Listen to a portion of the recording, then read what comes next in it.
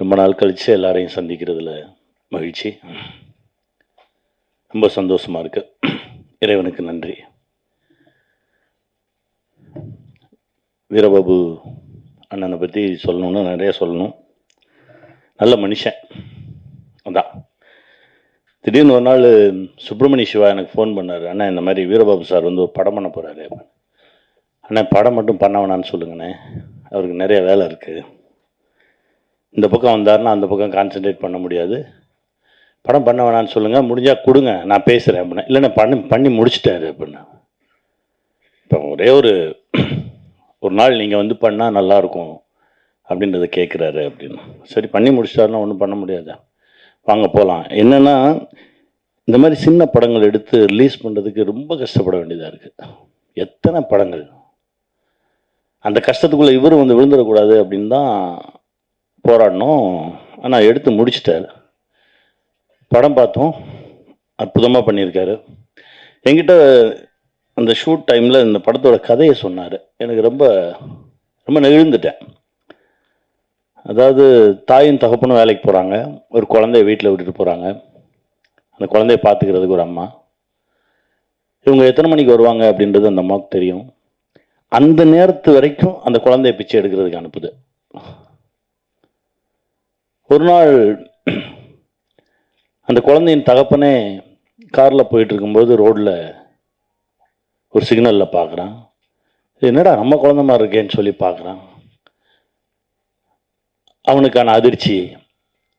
ஏன்னா நம்ம எல்லாருமே கால ஓட்டத்தில் வேலை வேலை வேலை வேலை ஏதாவது செய்வோம், அதை சம்பாதிப்போம்னு ஓடிக்கிட்டே இருக்கோம். ஆனால் வீட்டுக்குள்ளே வேற ஒன்று நடந்துக்கிட்டே இருக்குண்ணே.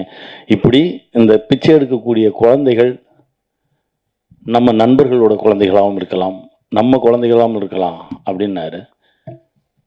அண்ணன் சுரேஷ் அண்ணன் சொன்ன மாதிரி மிரண்டேன் நான். இங்கேயும் சரி ஹைதராபாத்லேயும் சரி ரோடுகளில் குழந்தைய வச்சுட்டு இருக்கவங்களை பார்க்கும்போதெல்லாம் ஒரு மாதிரி பதட்டமாகவே இருக்கும். அந்த விஷயம் சொன்னதுக்கு பிறகு யாரோட குழந்தை, இந்த குழந்தையின் பெற்றோர்கள் எங்கே இருக்காங்க, அவங்க என்ன பண்ணிட்டு இருக்காங்க, அவங்களுக்கு இது தெரியுமா, இப்படி பல கேள்விகள் எனக்குள்ள.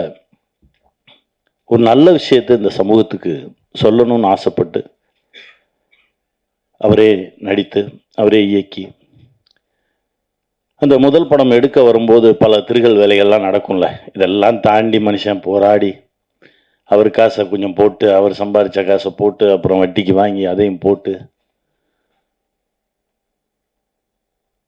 இப்போ வந்து ஒரு இசை வெளியீடு அப்படின்ற ஒரு இடத்துல வந்து நிற்கிது. அண்ணன் கவலைப்படாதீங்க, நீங்கள் பட்ட கஷ்டத்துக்கு எல்லாம் நல்லதே நடக்கும், இறைவன் உங்கள் கூட இருப்பார். வாழ்த்துக்கள். ஏன் சொல்கிறேன் அப்படின்னா, எனக்கு இந்த ஒரு தெலுங்கு படத்தில் வந்து சுரங்கத்து மண்ணை அடிச்சிட்டாங்க.